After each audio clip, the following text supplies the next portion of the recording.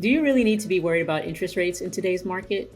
My name is Melanie Thomas here with eXp Realty. I'm about to tell you why you should think differently about rising interest rates. So the main question I get from most people that I meet, or customers or clients, or just people in general who are asking about the real estate market is, should I wait to buy? Interest rates are going up. I'm going to wait until they come back down. So here's my assessment of that. I don't have a crystal ball, but what I'm going to tell you is if you're waiting for interest rates to go back down into the 3% and 4%, I think you're going to be in for a very long wait.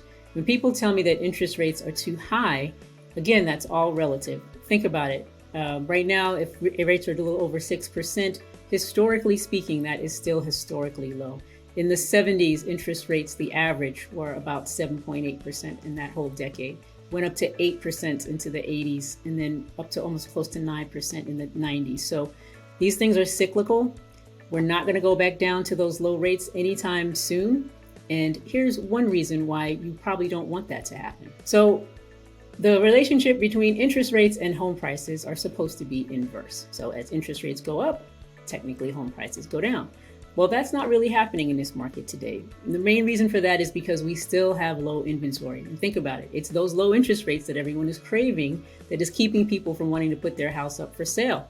Because if I have a mortgage now with a 3% interest rate or a 2.75% interest rate, I'm not all that keen on giving that up to buy a house at 6.5%.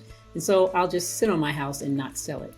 And that is what is keeping inventory low. There are not a lot of people putting their houses on the market. As long as inventory remains low, prices are not going to crash, folks. So if you keep waiting for that moment where prices are going to be, 50 cents on the dollar, you're going to be waiting a very long time.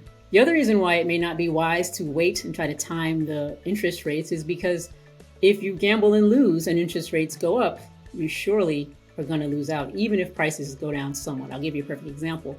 If you purchase a home at $400,000 today and the interest rate is 6.5%, your mortgage payment, just including the principal and interest, would be about $2,020 something a month, right? That's 6.5%.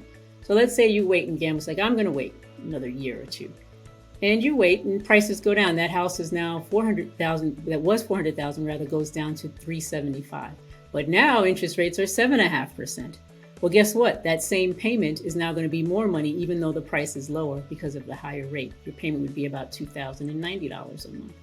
So you've now wasted a year or two that you could have been building equity if you had bought the house at $400,000 at 6.5%.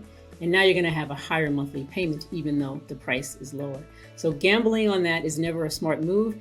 You can't lose, really. If you buy a house and the interest rate is too high in your estimation and rates go down, then you can always refinance. But if rates go up, you're sure to lose money. And so it's a bad gamble if you're trying to time it that way. The last reason I would give why it's not wise to try and wait around for rates to go down or prices to go down is because if you are renting right now, I would say it's a safe bet that your rent is not going to go down. So as you wait, you're going to be paying increased rents year after year, which means that's money coming out of your pocket into your landlord's pocket that's not building any wealth or equity for you.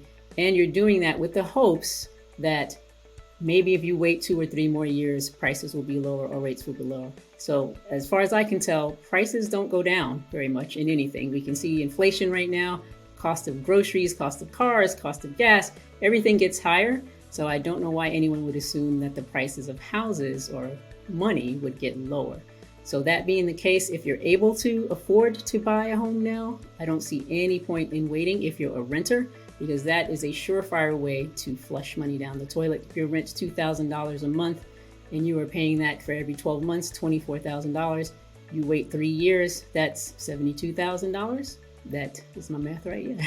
That you would be losing while you wait and sit on the sidelines, hoping that prices would go down. So how are you really gaining anything by paying more money to wait? So that's my take on anyone who asks me, should they wait around for rates to go down? The answer is no. Of course, you have to make your own decision on that based on your own financial situation. But if you'd like to know more about it, I'm happy to talk with you. There are all sorts of ways where you can get into a home now for less than what you might think. So reach out to me, Melanie Thomas here at eXp. My information is down below. If you have any questions, I'm happy to talk to you and just let you know what I think the market is doing and how you can best fit into it. So I'm always thinking outside the box. You continue to do so as well. Talk to you all next time.